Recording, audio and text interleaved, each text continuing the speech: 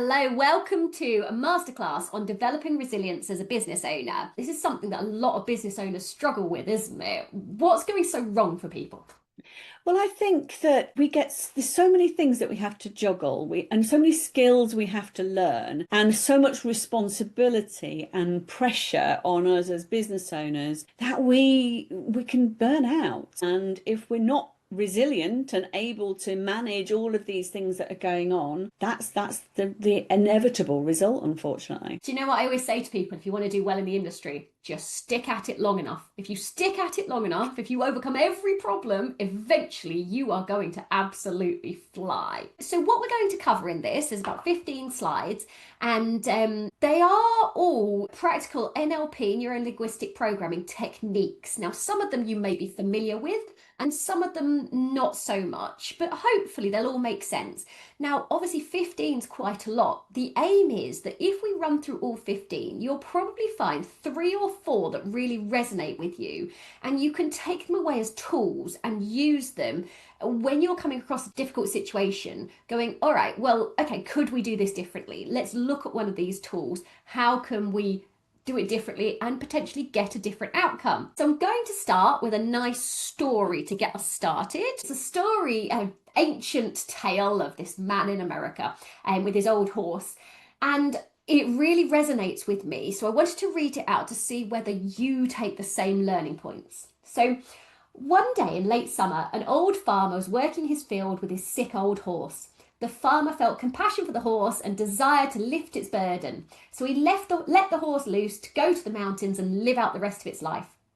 Soon after, neighbours from the nearby village visited and offered their condolences and said, "What a shame, now your only horse is gone. How unfortunate you are. You must be very sad. How will you live, work the land and prosper?" The farmer replied, "Who knows, we shall see." 2 days later, the old horse came back, now rejuvenated and meandering through the mountainsides while eating the wild grasses.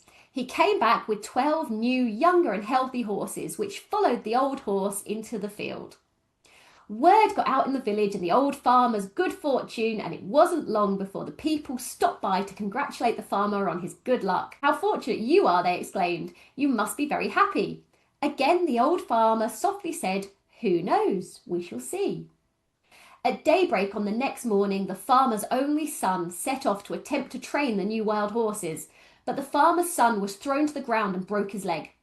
One by one, villagers arrived during the day to bemoan the farmer's latest misfortune. "Oh, what a tragedy! Your son won't be able to help you on the farm with a broken leg. You'll have to do all the work yourself. How will you survive?" Calmly going about the usual business, the farmer answered, "Who knows? We shall see." Several days later, a war broke out. The king's men arrived in the village, demanding that the young men come with them to be conscripted into the army.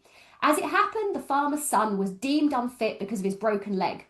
"What good fortune you have!" the villagers exclaimed as their own young sons were marched away. "You must be very happy." "Who knows? We shall see," the old farmer replied.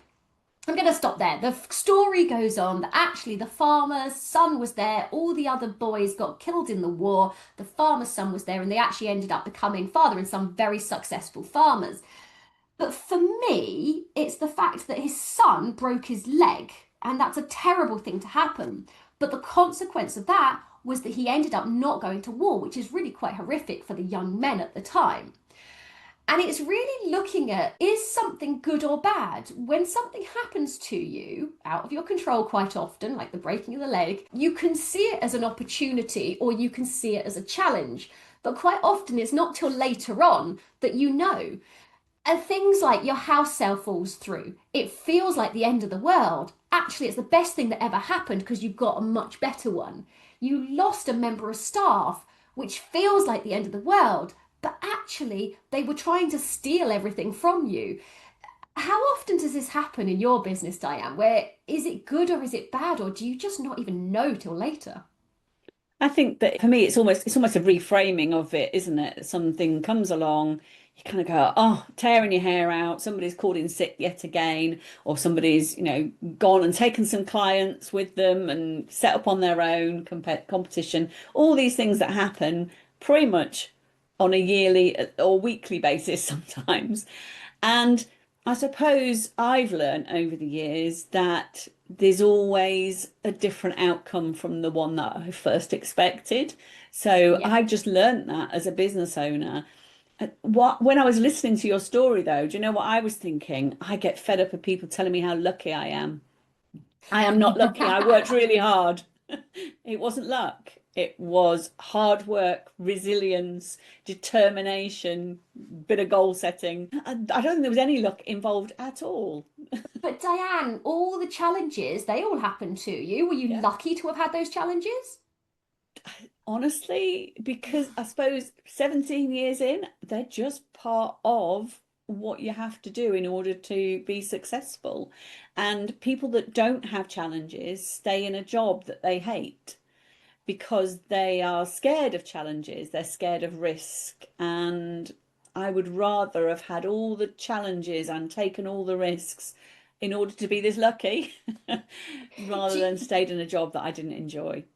do you know one of the things that always I find a challenge that gets me down? When you lose a member of staff, so they've lasted 1 week and then they leave, I now think, well, I'm one step closer. 1 in 2 was always going to work out. Good. That's one gone. The next one's a better one. And the next one's going to work out because we know the stats work. And it's really hard when a challenge comes along because you get dragged down by it and you're like, oh, they've left. They don't like me. Oh, I've put in all this work. I've lost everything. But you go, or you can look at it and go, I'm one step closer. That's where I'm going to be next because the next one's going to work out. The next two will work out.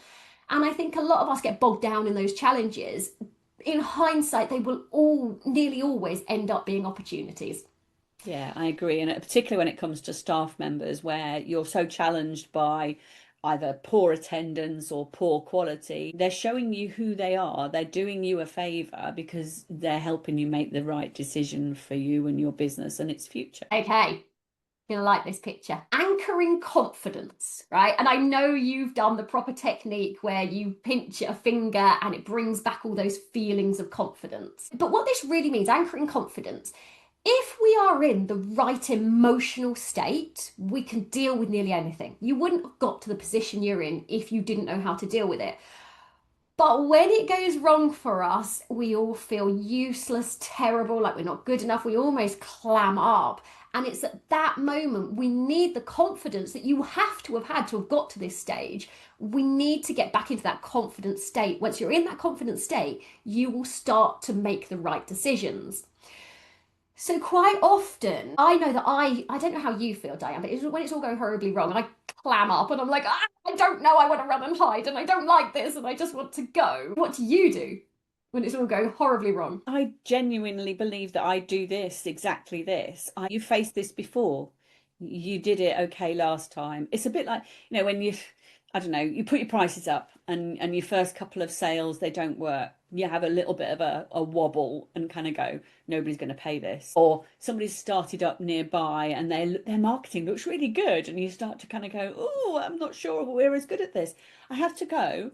I know that I just have to do this, do this, do this, and it works. And yes, it comes with experience. But I think sometimes what happens is, do you think people anchor the stress rather than the confidence? And something Yeah. happens and they'll go, oh my God, I faced this before. It was a nightmare. And all they're focusing on is the bad bit. Whereas I think I naturally now go, this happened before, it's okay. I know I can do this. When I feel myself shutting down, which I recognize is that's what I want to do when it's all going horribly wrong. It's like, right, okay, first thing is recognize it. Okay, we're going off a cliff here, right? So I'm not going off that cliff. Like, that's not happening. So let's take a few deep breaths because I'm going to face this. And so I think for a lot of people, this anchoring confidence is right. Imagine a time when you felt at your most confident. So if you're watching this now, imagine that time. What were you doing? Had you just signed a massive deal? What was it that made you so successful? Were you telling your family that you've started your own business, that you were going to succeed? Remember that moment. Now in NLP, it is now touch a part of your body. You might want to touch your earlobe. I might turn my headphones off doing that, but you touch your earlobe and you remember that and you picture it in your mind. Close your eyes, picture it. Now, the theory is that when you squeeze your earlobe again, that point where you anchored the confidence, you will then bring back those confident feelings. And in those moments where it's all gone horribly wrong, All you have to do is squeeze your earlobe. We get back those confident feelings. You're in a much better emotional state to deal with it. Now, for me, I don't touch a part of my body. It is take a few deep breaths, close my eyes. I have to have a few moments silence, and then it's go back in confident. But that's practice that's brought it back so easily now, like Diane said. But yeah, get that confidence, work out, because you are going to have to fake it at some point. You are going to have to get that confidence whether you feel like it or not. So work out for you how you're going to get it. Visualizing the end state. So for all of us, it's like mentally rehearsing. Okay, so it's like mentally practicing in your brain. That is where we're going to get to. Now, in a cleaning business, there's often not an endpoint. So don't think about getting to your multi-million pound business. What's your next goal? Where are we trying to get to? What's it going to look like in your brain? How is it going to feel? Because if your brain really believes you're going to get there and you visualized it and you visualized it and you visualized it and you visualized it, you can't help but make the little decisions that get you there because it's just so obvious you're going to get there. I remember Sally Gunnell talking about this. She was an Olympic hurdler and she was absolutely brilliant and yeah, won loads of things. And she said she literally visualized winning. She would visualize crossing the finishing line ahead of everybody else. And she puts a lot of her success down to that visualization. And I know she's not the only one that does it. I think a lot of athletes do it, but business owners, we can do it too. I've talked a lot about the picture of a house on my office wall that was my visualization of what I wanted to achieve. It doesn't have to be 5 years down the line. It can be, I've got this problem. If I visualize how I'm going to get through it, that can work, can't it? So I'm going to do a little visualization for people that have just started. It is close your eyes and I want you to visualize your ideal business day. So you're going to have full bookings, happy clients, and smooth flow. And if you visualize that and you really believe that's going to happen, however tough things are at the moment, you will make the little decisions that almost get you there. Whereas if you don't believe you're going to get there, you won't make the right decisions to get there. So it's not just, oh, isn't it nice to visualize how this is going to look and feel? If you don't, you will end up not making the right decision. If you don't believe you're going to get there, you won't get there. Okay, right, so I'm going to visualize that end state. A role model. So how much easier is it to copy the wheel, right? None of us want to reinvent the wheel. People have done what you're trying to do already, okay? All you have to do is find a role model, a role business. Who do you see in your local area or somewhere else?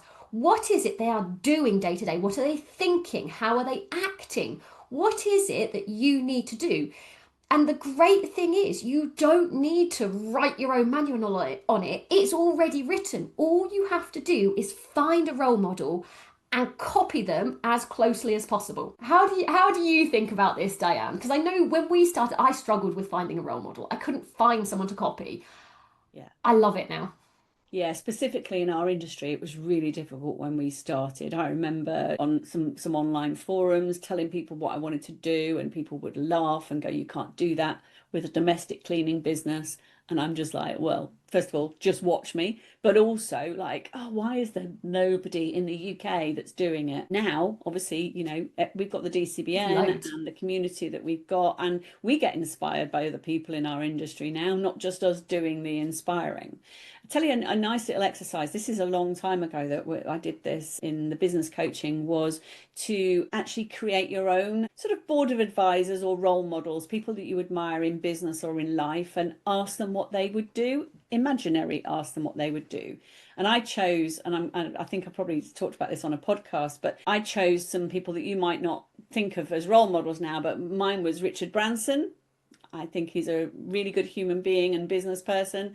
Anita Roddick, who you may or may not have heard of, who created The Body Shop.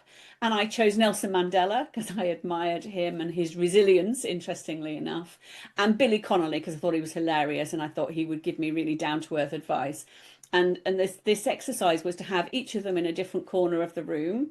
And if you had a problem, you would choose which one you would ask, or you would maybe ask all four, what would you do? And I really liked that because it was, for me, it was a good visualization of some role models that weren't in the industry, obviously, because I didn't have any role models in the industry back then. But I found that really helpful. And I know that members have said this to me. They'll go, well, what would Diane say? Or what would Louise say? You know, and I'm not putting myself up there, of course, with Richard Branson or anybody like that. But it does help to kind of think, what advice would they give me if they were here? Do you know what's really interesting when you were saying about that, Diane? We live in a world now where you could take Billy Connolly, maybe go, well, these are the 5 traits that I admire, then ask him on AI. You could Yeah. ask a version of him. And so you could get 4 different perspectives on the same thing. And it's really nice that we can almost create our own models. I want someone super resilient, super funny. You could do that. So, language of possibility. Okay, if I could hit half my staff over the head and half the people that phone me on this one, I would change their language. Okay, so what I hear is words, and words shape our thoughts, and those in turn shape our actions.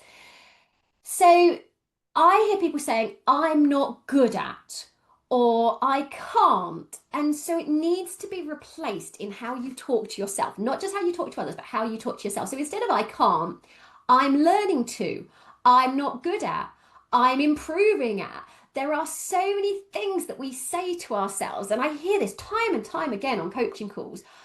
I can't. No, you haven't yet. And the best word you can add to anything is yet. And I do this to my children. Mummy, I can't do my own washing. Yet. Oh yeah, could if we ran through it once.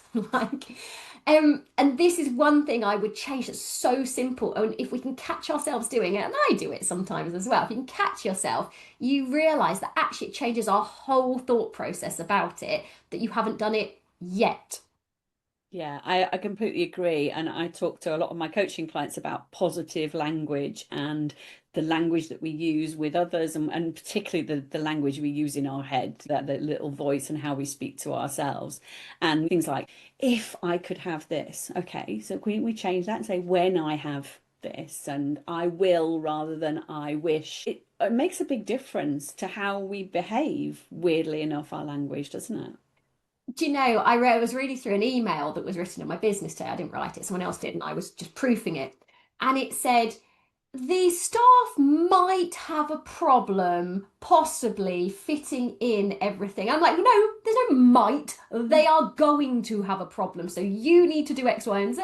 And it's using the language really carefully, isn't it? And I think a lot of the time we don't want to commit to too much. So, you've got to be positive about positive language. So there's no might, it's positive. And then leave the flexibility in there with the negative language. Right.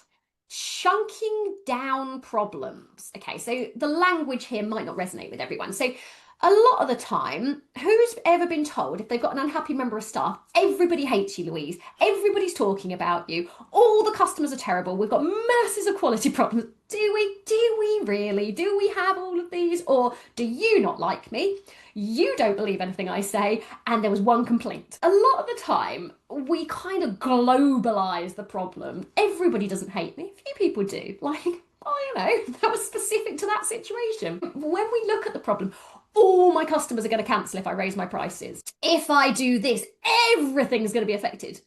No, it's not. Half the things will have no clue that that's even happened. So we need to chunk down the problems, right? It's not a global problem, right? It's not, I'm not saying it's not a problem, but let's look at it in perspective, number one. Number two, if you do have a bigger problem, all you're going to do to solve that problem is just a series of steps. All you need to know is the series of steps, and then you have to take them one at a time. And you can say, oh, there's other ways of doing it. No, there's not. The only way you're going to solve that problem is a series of smaller steps. It can't be solved all in one go, and that's why it's overwhelming. So if the problem is, I can't put my price up because all my customers will cancel. Okay, well, let's look at it and put it in perspective. Number one, you might, worst case scenario, get about 20% of your customers cancel. That could happen. Okay, let's talk about that. We'll cover about that in a second. How do you then put your prices up? Because it's actually a series of steps. You have to write the letter, number one. Then you have to give them 4 weeks' notice.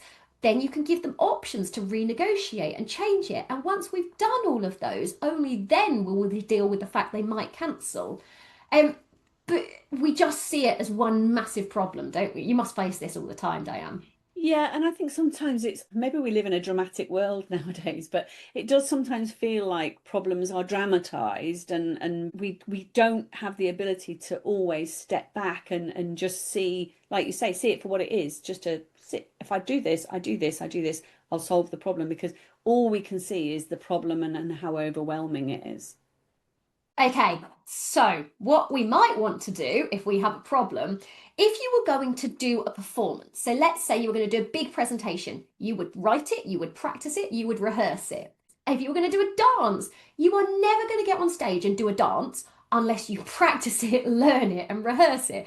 If you are going to do a performance with multiple people, the only way to do it is to rehearse, rehearse, rehearse. So why do we not rehearse, rehearse, rehearse with the difficult conversations? And I find this hard, particularly with quotes. And people go, well, how do you do quoting? I rehearse, I sit, I watch myself in the mirror. Not now, I did it in the past. But I rehearsed, I rehearsed, I rehearsed, rehearsed the facial expressions. I know exactly what I'm going to say. I know the objections that could come up, and I've rehearsed the answers, and I've rehearsed it, and I've rehearsed it. So it looks really natural, and I get the result I want because I rehearsed it. Every difficult conversation, I've practiced it. I've looked at the other alternatives. And I think a lot of us walk into business and expect, why aren't we doing it right? Why haven't we spoken the right way? Why didn't we get the outcome we wanted? Well, did you plan it? Did you practice it?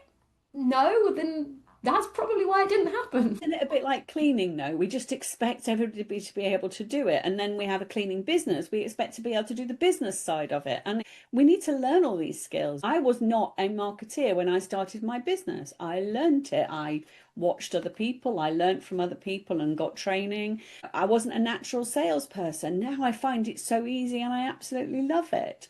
I was a good manager of people, but I wasn't necessarily a good leader. All these things I've had to learn. And sometimes we just expect to know these things, and that's not how it is. We have to learn. And it's like, let's talk about the dance in this picture here. If I did a dance in front of you, Diane, would you be able to do it? Of course not. No. If you watched me do the same dance 5 times, could you do it? Potentially if I actually did it and practiced myself, but no, probably not. So you're going to need me to break it down, explain it, and we'll go through it step by step. Yeah, how many of you are training your staff like that? Not many, and those that are flying. So again, practice rehearsal, and if you are going to train someone, you have to break it down and teach it bit by bit, or they are going to improvise, perspective, or flexible thinking. So often, and you kind of talked about this in role models a little bit, Diane, we have our own point of view on things. Diane has a point of view, and I have my point of view, and sometimes they're different. But all of us have our own point of view on things.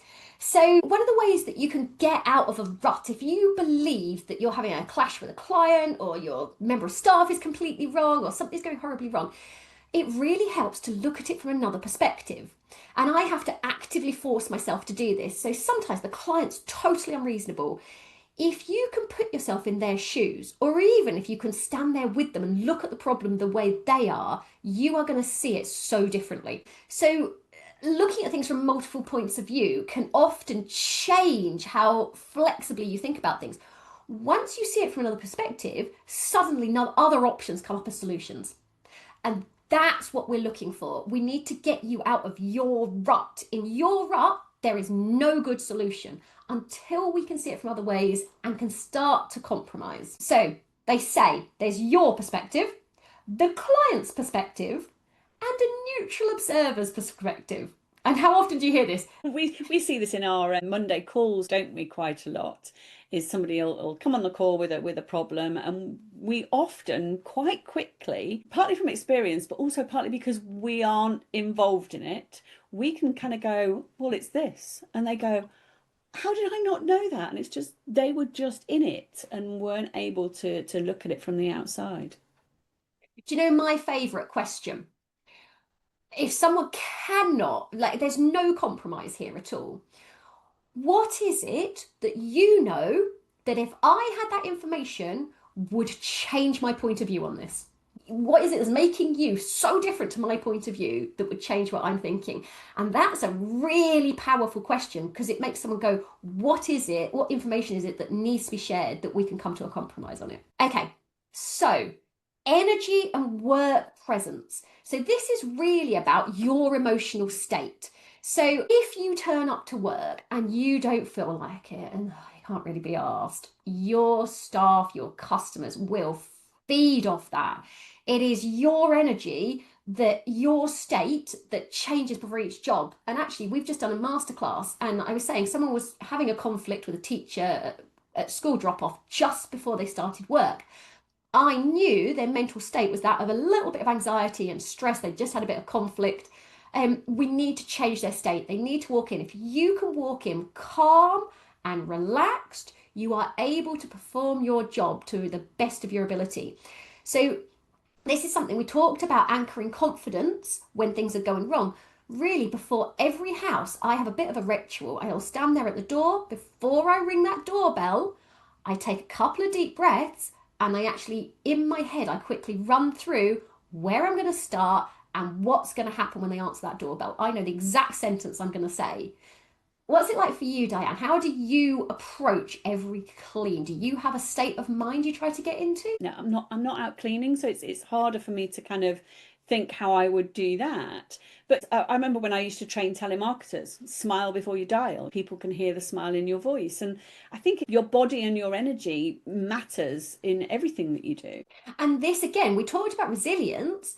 Actually, it's that ability to get into that state that, for me, it's calm. I don't want to go into a house with a high energy state. I want to go in with a calm state because high energy is just going to burn me out. So I know that high energy is needed just before a quote, but I need calm just before the clean. And so I actually physically think about what state I'm getting myself into. They all start with a few deep breaths, I've got to say. No matter which state, it always starts with deep breaths. That's like reset. And where are we going now? Yeah, I think, a deep breath solves a lot of bad energy states, doesn't it? If you've got to return a customer's call for a complaint, taking a few deep breaths and calming yourself beforehand. You don't want to go into that high energy. You need to be going into that in a calm way, don't you? But also, there's an element here. We talked about this before, both of us, about controlling your emotions or detaching your emotions a little bit from a scenario. Does that come into this as well? I think it does because I've had a stressful morning yesterday. The motorway was closed for 2 hours. Everyone was 2 hours late. It doesn't matter what I do next. I have to be calm because no one else is. So you have to control your state, especially when the whole world's falling apart around you. The only thing you can control is your state. And if I took on the energy of everyone else, it wasn't going to help the situation. It was already panic stations. So sometimes you're the only one available to make those good decisions. And if you're calm and you can get your staff to be calm, they're making decisions without you. So you have to almost try and influence their state to get them calm as well. I had a manager in my business at one point, and it was a mistake because her whole way of life and working was headless chicken mode. She was an amazing worker. She would like literally clean a house to a really, really high standard in a relatively short space of time. But everything else around her was chaos. And she brought that chaos to the team. She wasn't a good influence on them. They became chaotic. And everything I did to try and coach her, she just wasn't able to do it. So I had to let her go because she wasn't able to change her state to be a calming influence in the business. Rarely do we talk about being calm. We actually talk a lot about states, managing our own anger and all of that. Actually, if you can master calm, the rest is easy. You don't have to master get rid of anger or anything. You just have to get calm and confident. Calm and confident. That's the ideal state of any of us. And you can do anchoring and anything else. Right, we're going to go on to the next one. Beliefs. How can I talk about resilience without talking about beliefs? I added a church in here, but it doesn't matter which beliefs you have. Beliefs filter reality. Whatever you believe will be true. And the best example I've had of this, Louise, I can't get any customers. When I look on Facebook and somebody's looking for a cleaner, 50 50 different cleaners in my area.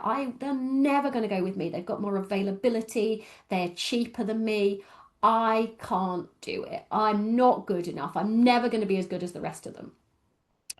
I sat there and I was like, right, first of all, let's talk about reality. 120 in my area, and I'm still top. And in fact, I don't even compete against those. There is more than enough work for everyone. So we can start tackling beliefs with facts, because some beliefs are just not true. There's not enough work for all of that. That's just not true. But when you're looking at the belief as, I'm not good enough, they're all better than me. And then I had to start tackling and phone them. Just phone them. See if you get hold of any of them, because you're not going to. I know they won't answer the phone. So let's just pop those beliefs right now. And then you're not good enough. And, do you really want to delve into the past and start pulling that one apart? And do we really want to go through all that trauma? Or are we just going to notice that we're thinking that about ourselves? Go, no, I'm going to choose not to believe that, and go, I am good enough. And if I was good enough, this is what I'd do, and get on with it anyway. I think with beliefs, we can catch ourselves doing it. And you can go and you can sort them all out, or you can recognize your own limiting beliefs and almost pretend they're not there and take the actions as if they didn't exist. It's kind of your only options there, isn't it? Yeah, it's the believe you can or believe you can't. You're absolutely correct. And we get this around pricing quite a lot, don't we, in some of the groups, where people will say, you can't charge that in my area. And I'm just like, you absolutely can. But you're correct. You can't charge that in your area. You can't charge that because you don't believe you're worth it. And that's what the belief is. And it's quite hard sometimes, because Diane and I sometimes don't always want to tackle those beliefs. We sometimes go, well, you're just wrong. But like, do we tackle the, you don't believe you're worth £40 an hour? Like, that's what the real belief is. You don't believe you're worth it. We do. We believe we're worth it, and we believe you're worth it. But yeah, you've got to start believing it, isn't it? So if you were watching this and you wanted to take an action, there will be 1, 2, possibly 3, we'll stick to 1 or 2 beliefs that are holding you back. There'll be a couple of beliefs you have about yourself, the environment, the business. We could drill it right down to yourself, but if you'd rather have beliefs about the business because it's less hard to tackle, we can do that. It's worth writing that down and changing it to a stronger belief. So I can't compete against all the competition might be, there is more than enough work for everyone. Change it to a positive belief, because the more you repeat it, I'm good enough, I'm strong enough to do this, I am going to be successful. Again, we're looking at the end state. If you keep repeating it and repeating it, just have a couple of statements. So things like, clients really value trust and reliability.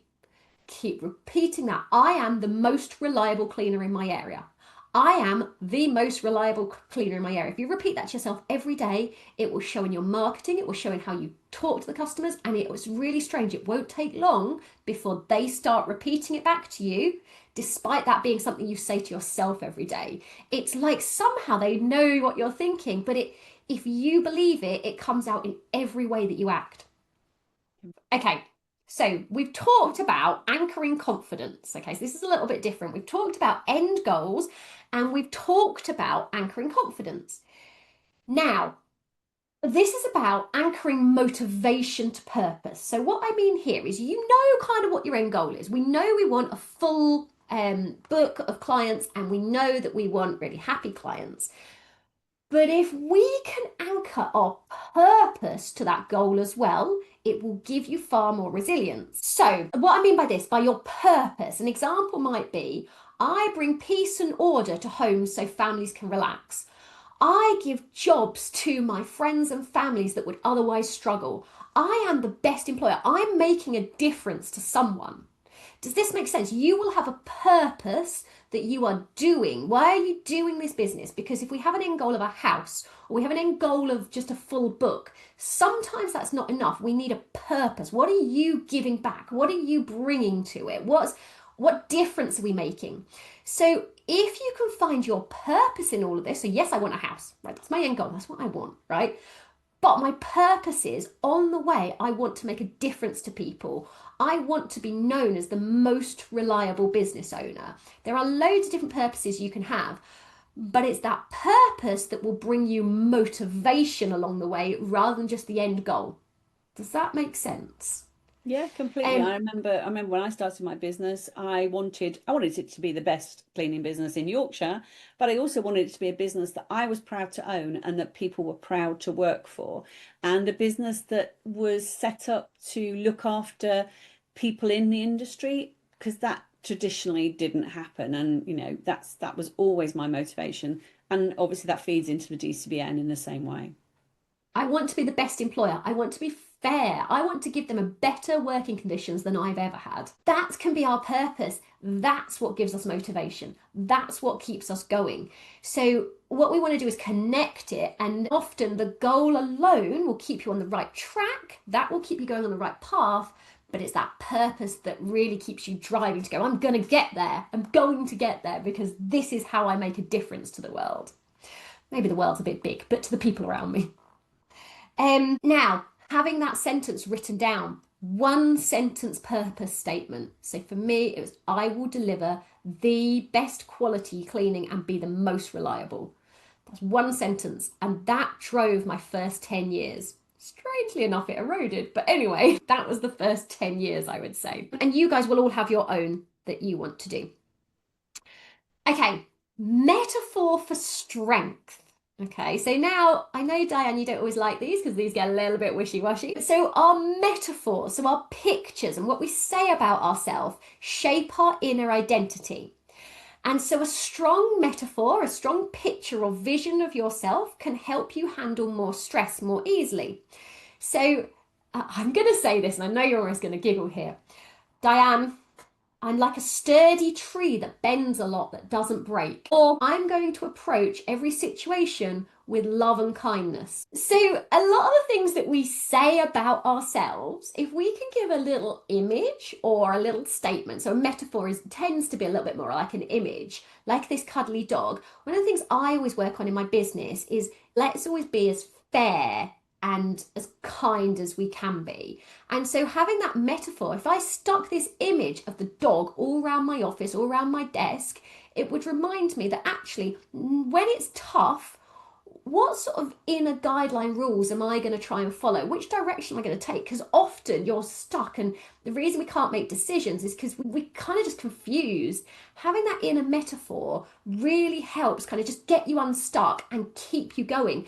And strangely, the picture of the dog saying, I'm going to approach everything with kindness actually helps you be more resilient. Okay, what's your picture, Diane? How do you picture yourself in a metaphor? Do you see yourself as a stable tree? You're like a bomb shelter, aren't you, Diane? I'm going to be there no matter what. I'm going to be resilient. For me, I'd be thinking that was almost a negative image. I would want to be the one that's the cheerleader maybe in my business, the one that kind of has that positive energy and helps people stay motivated. That's the image that I would want around me. Okay, pattern interrupt. Okay, so we have to have patterns. We have to have things that we follow. When you brush your teeth, you do the same pattern, you do the same set of things, and it saves us time. We run our day with routines, and we have to, because you cannot make every decision on every little thing. You can't decide, oh, I'm going to pick up my toothbrush. I am going to decide how much toothpaste to put on. Should I put on a little bit or a lot? Where should I do first? Should I do this side of my mouth or this side? Like, there's too much. So our brain makes routines and patterns, and they are absolutely necessary in terms of keeping you safe, keeping everything running efficiently. I found this out when we were moving house and we were in a temporary house, and I couldn't do the morning routine with my kids. I couldn't find things, they weren't in the right way, nothing. My patterns, my routines weren't working, and it threw me out. It was just awful. It made the first hour of my day so stressful, because I'd always relied on routines and it was easy. I knew where their shoes were. I knew exactly how it worked, the order in which we did things. So we know we run through patterns and routines. Some of us will have negative patterns as well. And you might find you spiral quite quickly. When this happens and I get anxiety, then you shut down, I hide, I don't answer the phone, I can't do it, I don't want to face a difficult customer, I don't reply to text messages. Like, we all have patterns, and if you can interrupt your patterns, it takes away the stress. Okay, So when you've got stress, it drains energy and slows down decisions. So when you're caught in that worry, it is about how do you break that pattern? Okay, the first step, like anything, recognize it. I can see I'm getting stressed. Break it. Clap your hands. Something needs to happen to break that pattern. Okay, so we're going to have to break that pattern. You can clap your hands, you can do what you like, you can take a few deep breaths, which is what I do. Okay, and you go, oh, okay, let's break it. Let's stop. Let's either walk away for a couple of minutes and come back, but you have to stop that spiral that you are going into. And then let's pick a more positive thing. Now, this is where rehearsal comes in. Practice. What positive thing do you want to do instead? You know, we all have patterns. When you start to feel anxious about a difficult conversation, let's stop. Let's take a deep breath. Let's walk away. What had we planned to do instead? Instead, if you can't do that difficult conversation, are we going to text them? Are we going to email them? Are we going to get someone else to have the conversation? Are you going to practice it and just deliver it quickly? What are you going to do? But you have to interrupt the pattern that's always happened in the past. Do you think that what normally happens is rather than interrupting the pattern, people just procrastinate, they'll go and do something else rather than face the problem? That is the pattern. That is the pattern. Procrastination. That's what they're doing. The Their pattern is to just go off and I'll do something else instead. Avoid it. And do you know what I do? Do you know how, first of all, you've got to recognize it. Do you know how I know things are going wrong? I've cleaned my house. If I'm there washing up and cleaning, I find myself doing it. I go, oh, what am I avoiding? What is it? What is it? I can clean my house for 6 hours, right? And it needed to be done. I'm doing it because it needed to be done. I'm not, right? It did need to be done probably, but I'm not doing it because it needs to be done. I'm doing it because I'm avoiding something that I'm lying to myself about. And so you have to recognize that pattern. For me, it's house cleaning. And then you're going to have to interrupt it. And you go, and when I'm in that, I can't just go, I'm doing this because I'm avoiding something. I have to go, right, I'm going to give myself 10 more minutes. Then I'm going to face it. Yeah. Do you procrastinate? Do you find yourself doing that? Yeah, I think I do. And I think that it can become quite a really unhealthy pattern because it can actually make the problem bigger. Procrastination just means putting something off, and people have lots of tactics to put things off, and the distraction is definitely one of them. And I'm guilty of it. I'll start doom scrolling on my phone when I know I've got to do something that I don't particularly want to do, or I'll maybe just go outside and I'll do something outside. I'm going to make some candles today, or I'll do some baking because I don't want to do what I should be doing. And it is definitely a pattern, you're right. And it's something that I am more and more aware of as I get more and more experienced as a business owner, that it's a trait that I have, so I have to nip it quite early. Do you know the one I flag up with people? And actually, the DCBN is the worst for helping them with this procrastination. So they don't want to start a business. They don't want to take on staff. They're scared. Like there's lots of reasons. They see all of this. Do you know what they do instead? They watch tutorial, they do video, they do everything. Learning is so accessible now. As long as they're learning, they can avoid doing the actual thing. I'm learning about it. I just need to watch 3 more videos on it. I just need to do this. And I'm like, when are you actually going to do it? Because as far as I'm aware, you have all the information you need. Go do it. Yeah, but I just need to do this. I'm like, it's 3 months later. Why? You don't need this much information. Just do it. So if you find yourself learning and learning and learning and learning and learning, you're avoiding. Okay. Outcome thinking, not problem thinking. So this is about resilience here as well. So a lot of us get bogged down in the day to day, right? We've got poor quality. I haven't got enough staff, blah, blah, blah. There's loads of issues, right? If you can focus on the outcome, then suddenly solutions start coming rather than focusing on the problems. The problem is, how do I get through the day? How do I get through the day? How do I get through the day? How do I get through the day? And you're tackling it. But actually, the outcome is, I want to eradicate quality issues. Okay. If you keep plugging every hole, that's fine, but they're coming faster than you can plug them, or you're just stuck, stagnating, plugging them as fast as they come. You have to look at the outcome. So if you retrain, if you do disciplinaries on every issue, that's fine. But unless we change the entire quality system, you are going to consistently have quality problems.